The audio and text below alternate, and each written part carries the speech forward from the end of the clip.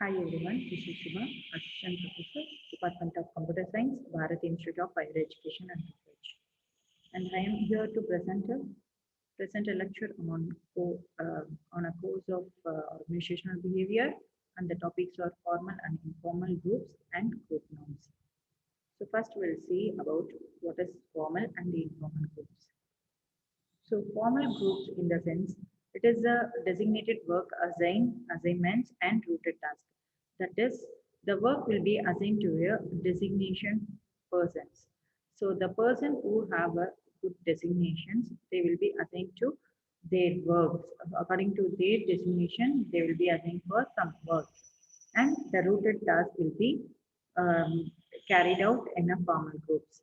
And achieving organizational goals are the main goal for a formal group.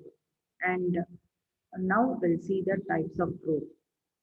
So here we have a types that command group and interested group. So here the command group and interested groups are the types of formal groups.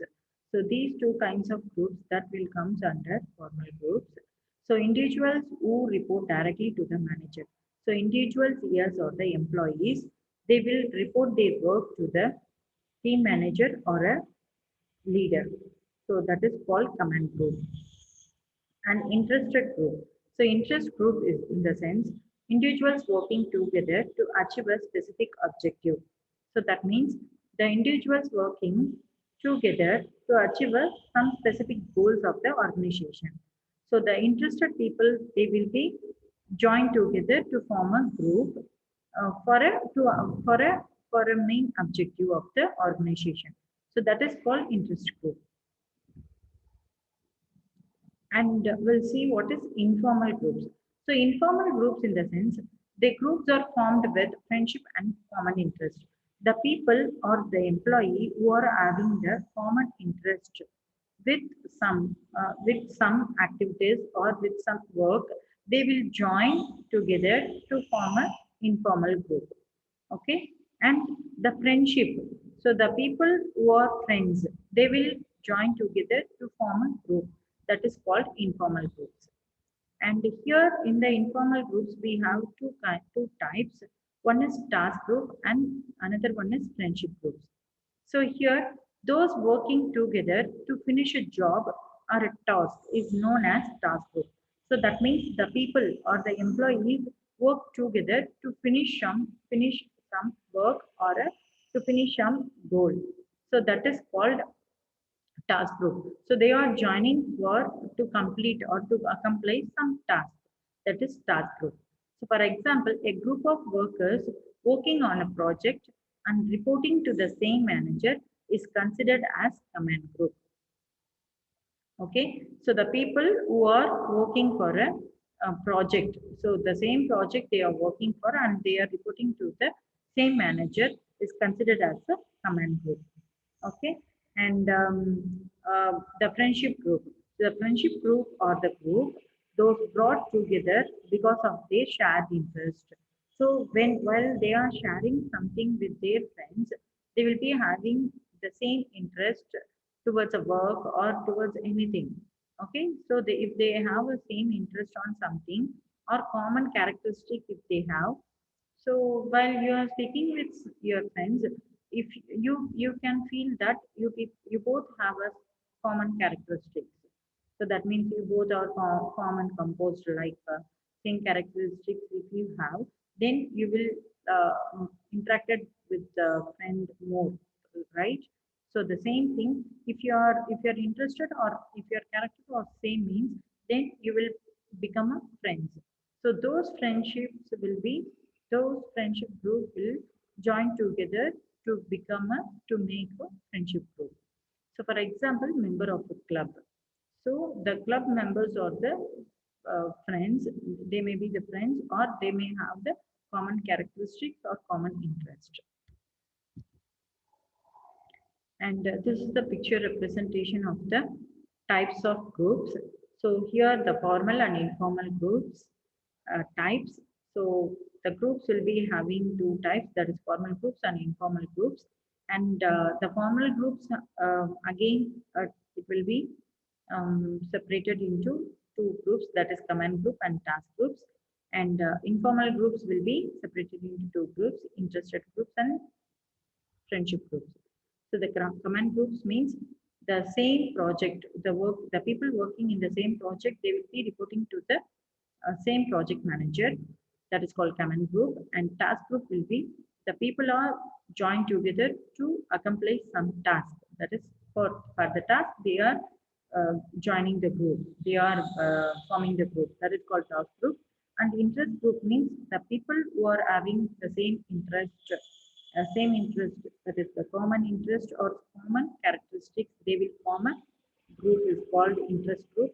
And friendship group is the friends, the people who are friends, they will form or they will make a group. It's called friendship group. For example, it's a member of clubs. And that's all about formal and informal. So in an organization, if in an organization, the communication between the higher officials and the employees, that is the low level employees, or good means, that is the communication is formal means, it will run, we can run the organization very smooth manner. But in case of informal group, that is whoever can take a decision, that is the position, overall in the position, it may be the higher or a low level position, they also can take a decision. So like that, if the organization can run, then it is called informal group. Okay. So the communication in the organization should be informal. It should not be informal. So for that, we are forming a group norms. So how the organization should run, what are the norms should be obeyed. Okay. So those things should be done for an employee. So that is called group norms. And difference between IO and FO. So that means informal organization and formal organization. So here, the basics of comparisons. So we are going to compare this informal group with the formal group with some basic things. Those are general nature, major concepts, primary focus, source of leader power, guidelines of behavior, sources of control. So these are the basic things how we can compare the informal group with the formal groups. So in the general nature, we can say the informal groups are the unofficial one and the formal groups are official one. And the major concepts in the informal group, the power and politics play more role. And in case of formal group, the authority and responsibility. So what the responsibility has been assigned to some designation and what authority they have in the organization, that is to command or to give put some rules or put some norms. So that is main thing in the formal groups. And the primary focus is in the informal groups, they will be focused on person. In the formal groups, they will be focused on position. So the position or the authority will be having the power. But in case of informal group, the person means the friendship also, the friends also will be in the group. So they will be given importance to the person or the friends. And source of leader power. It is given by a group and it is delegated by management. And guidelines of behavior. Yeah, so in the source of leader power, it can be given by a group. The group members can put a leader of a group, because they will be interested in some friends. So those person will become a leader, so that everyone in the group will accept it because they like the person. In the kind of formal group, it is delegated by management. So the management will decide who will become a leader. Okay. And the guidelines of behavior. In the informal groups, the norms will be according to their group members' wishes, the norms will be directed. But in case of formal groups, the rules and policies are directed by the management. And sources of control. So the sources of control, it will be sanctions. So overall sanctions. So if the person sanctions something, it will become a rule. But in case of formal group, the rewards and penalties can be can be given in case of formal groups if they didn't obey or if they obey the rules or norms. And next we'll see about the group norms. So first we go to the introduction of the group norms. So the group norms are the informal guidelines of behavior. So how the individuals, how the employee should behave in an organization, for that some guidelines will be given by the management is called the group norms. So a code of conduct, we can also say a group norms or the code of conduct or some order on conformity to the group activities and operations. So some orders can be given by the management for the group activities and the group operations. So those order will be conformity that can be given by the group members. So the conformity in the sense, so who are all accepting the group norms. Okay, so that is called conformity. So the some order and conformity should be there for the group activities and the operation. It's called the group norms. We can also say it is a code of conduct. And the group member should follow the rules. The main thing of a group norms are the members of the group should follow the group norms, follow the rules. And these norms and rules usually develop gradually. So initially the group norms will be made with some extent. After that it will be developed gradually.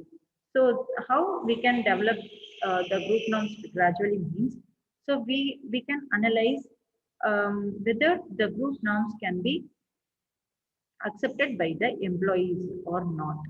So if they are accepting and if they are following the group norms well, then we can gradually increase or we can gradually develop the group norms. And it tell and teach the group members what to behave and how to behave. So that means the group norms will teach the group members how we can behave in the group and what to behave in the group. Okay, in which kind you can show off by show off yourself into the organization. That can be taught by the group norms. And these norms may include, so the norms means it may include a code of dress for meetings. So for example, some organization will have the meeting. That meeting should overall should be present in the meeting. We should have a dress code. Okay, for white coat. Okay, white coat. They will be having white coat and same color of dress. So those code will be present in the group norms and begin on time for the meetings. So if the meetings can be conducted by the higher officials or manager, so the group member should be present for the meeting on time. Okay, so the being on time is also a group norm. And behaving in a predictable manner both within and outside the group meeting. So the predictable manner in the sense, so we already know how to behave in an organization. So it is a predictable thing. Okay. So in a way, in a formal way, the employees or a group member should behave in a group. It may be inside or outside the meeting. And this predictability of a behavior also cause higher degree of cohesiveness. So that means the cohesiveness means the togetherness. Okay. So the group togetherness or the members togetherness can be possible when the predictability of the behavior of the employees in the organization. And predictability reduces choice and ambiguity and conflicts. Choice means some confusions, ambiguity, choice means some problems, and ambiguity is confusion, and conflicts means it's a fight. So the predictability reduces. So the people will be they behave in this manner only. So we already know. Okay. So these kind of people will behave. The employees will be behave in a right manner for a meeting. So it is a predictable one. So that the confusions and conflicts, some fights will be avoided in a group meeting. So for that, the predictability of behavior of the employee can be useful. And some discomfort would be high in a committee or a task group if the group members are not sure as to how each member would behave. So in a group, if you don't know, if an individual doesn't know about other group members, whether they will behave good or they will behave bad, if they are not sure about it, then the discomfort will occur in a committee or a meeting. Okay, so when a task can be performed in a group, every group member should be sure about other members, that how they behave, how they would behave in a group. So it will avoid the discomfort when they are working as a group. And norms also identify the values and ethics of the group members. And norms should be the group norms of what the rules and regulations that can be, that should also identify the values and ethics of the group members. So some values can be given high priority by defining the norms, and the ethics should be ethics values also should be there in the group norms, so that the ethical values can be followed by the employees. And what is right and decent and expected of professionals, that should be in the group norms. So what is right? So what are the right things that can be done by the employees? And decent, so for example, they should come with a formal dress, like tuck in with ties. Okay, so tuck in dresses, and with they should tie they should come with a tie, and formal dress code will be followed. So those are the decent and right things, and expected things from the professionals, right? So these are the things that should be defined by defining a when defining a group norms. For example, some companies have very rigorous dress standards. So rigorous means they will follow very strictly about their dress codes, tolerating no deviation. And while working as a group, they should not deviate from their work, such as Federal Bureau of Investigation called FBI. So the people, the members who are all working in a FBI, they will have a very neat, okay, very formal. The dress code will be very neat and formal, and they don't have the deviation. Okay, they will be fully concentration on their work. And we'll see about the types of group norms. So the group norms, we have behavior norms and work norms. So in the behavior norms, these are the rules and guidelines defining the day-to-day behavior of people at work. So how the individuals, how the employees are behaving at the workplace, behaving at an organization is called behavior norms. Okay. So this behavior pattern may include particularly as a habit. Okay. Sorry, it's a punctuality as a habit. So the behavior, how they will behave, how they should behave in an organization. So it may include punctuality as a habit. So they should have a punctuality. So punctuality means on time. So they should come if, for example, if office start at 9 o'clock, and the working time will be 9 to 4 means 9 a.m. to 4 p.m. means, then they should come before 9 to the office, and they should not leave office before 4 o'clock, before 4 p.m. So this is the punctuality the employees or the individuals or the group member should follow as a habit, and completing any given assignments within the required time framework. So what are the work that can be given or assigned to a particular person, that should be completing on time or with the required time. and not losing temper. So the losing temper means they should not get anger. So that is the thing, not losing temper and showing respect for other members' opinions.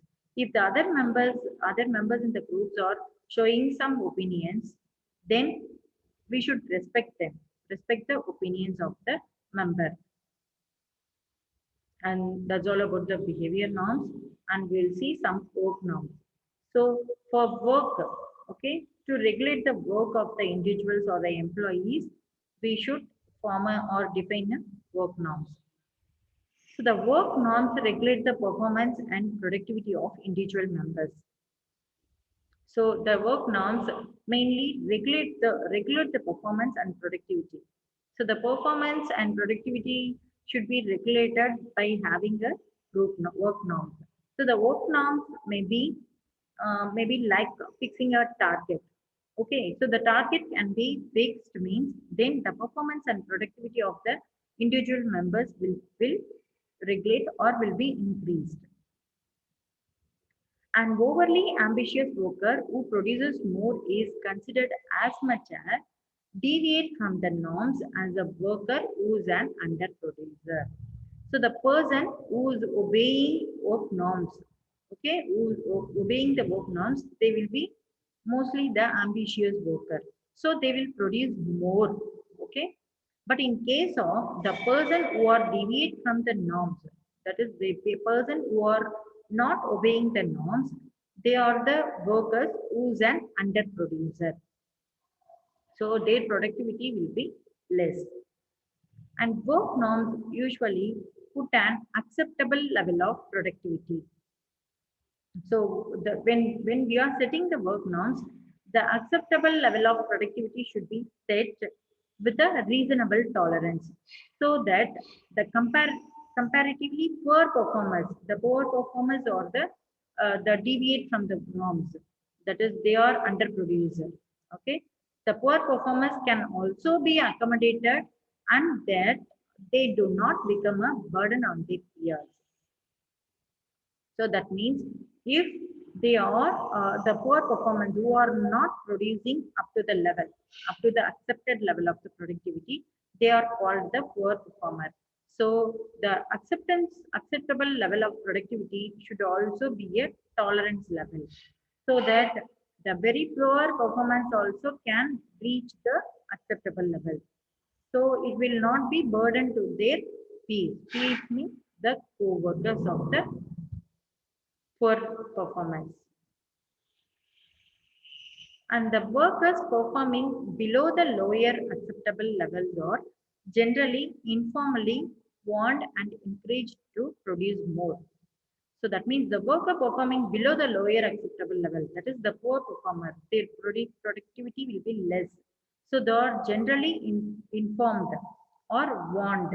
So they will be warned or can be motivated or encouraged to produce more, than the lower, produce more than acceptable level. On the other hand, rate busters. So the rate busters are the person who perform above the upper acceptable limit. So the person who are producing more than the tolerance level. Okay. So those called rate busters. So the rate buster can set the limit by the group or also allotted for. So the rate buster will be allotted for encouraging the management itself to raise its expectations. Okay, so that is the work of rate busters. And we have another some of the work norms are defined in the extent of time spent on the job. For example, so this is more thing. So how many members, how many employees are working in the organization, it's not a matter. How much hour, how much best time they are spending on the job. That is the main thing in a work norms. So if coffee breaks are allowed for 15 minutes in the morning means then the people, the person, the members of the groups disobeying the group norms or who do not take coffee breaks, who take longer coffee breaks. So these are the persons those are not obeying the group norms. So thus groups will often want to regulate not only how much worker produce, but also how many hours they put in on the work. So that is the main thing here. Okay, so this is the main work norms that can be defined in the norms. So the main work norms are how many members, how many workers producing, it's not a matter. How much workers is producing the product or working, it's not a matter. How much work they are doing, that is a matter in this kind of work norms. And some work norms are strengthened when management tends to exploit some of the members of the group. So that means some of the group norms can be strengthened or that can be defined only because to the members' well wish. Okay, so for the members' well, that those group norms can be strengthened. For example, the unity, okay, the some kind of unity can be maintained in the maintained between the employees, so that for their well wish they will the organization will have some norms, and the management tend to exploit it. So when some managements what think, they will exploit, they will make use of the employees, but they won't uh, give the incentives or rewards, they won't be giving. So for that, these kind of group norms will be defined. And thus norms might also define the limits placed upon workers' interaction and cooperation with superiors. So the some norms will be having how much interaction we should have upon that is within the workers, and they will be having some cooperation with superiors. So those limitations will be also placed in the group norms. And other work norms might involve loyalty and confidentiality of the part of the members. The loyalty and confidentiality should be maintained within the group, that is within the members of the group.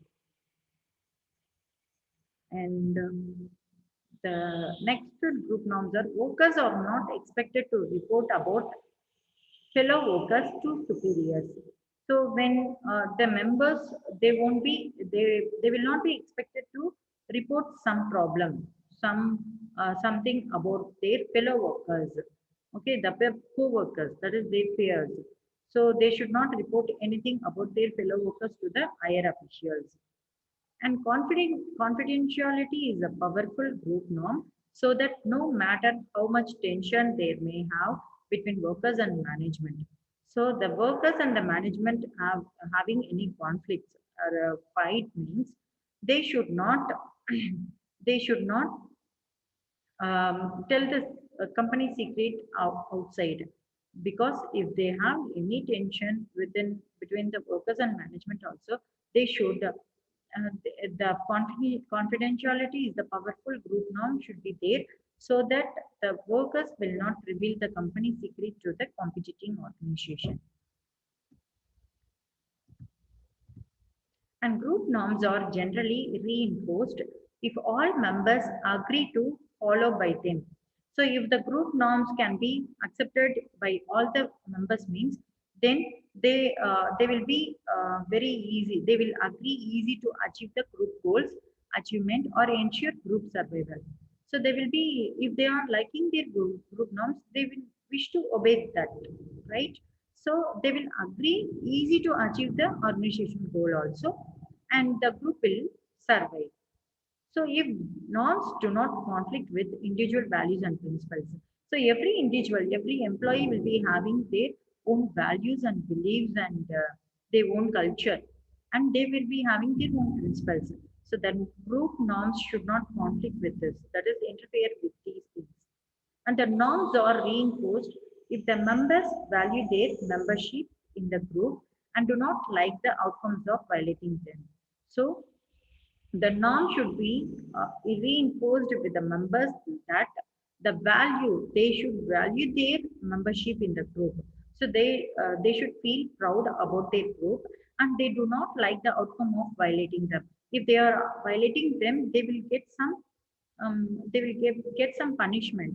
So they should not like that outcomes, so that they are like to obey their group norms. So the group norm should be defined like in that way. The outcome of violating the group norms must be sufficiently consequential in order to discourage members to deviate from them. The outcome of violating the group norms.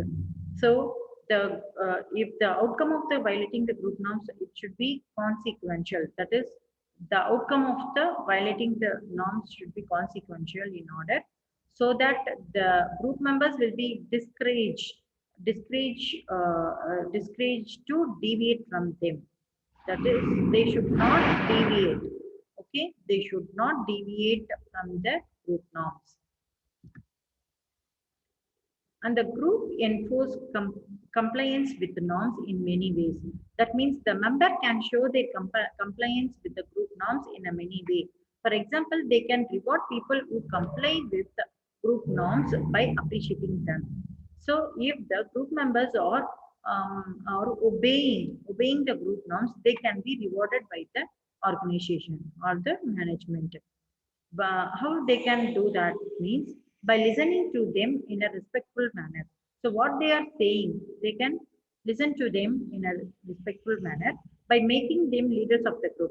If they are obeying group norms well, then we can consider them as a leader of the group, and they can take negative action against those persons. So they can also take a negative action. The negative action means punishment can be given against the person who are disobeying the norms. So who deviate from group norms in the form of ridicule. Ridicule means some rags. Okay. So some rag will be done when they are not obeying the group norms, or silent treatment, like fired. They will be fired from the organization, or by withdrawing privileges. So some privileges can be withdrawn the people who are not obeying the group norms. So that's all. Thank you.